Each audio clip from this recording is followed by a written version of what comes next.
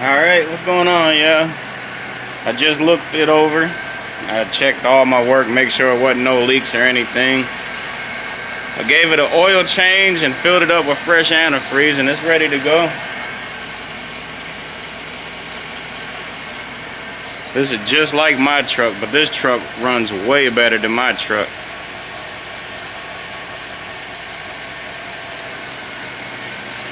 But for those of you that don't know, I replaced all the DOD lifters in here. Oh, actually, all the lifters, the DOD and the regular lifters that's in here. But it's running. It's no leaks.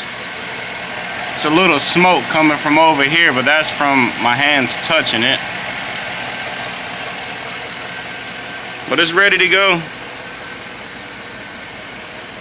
On to the next one. All right, peace.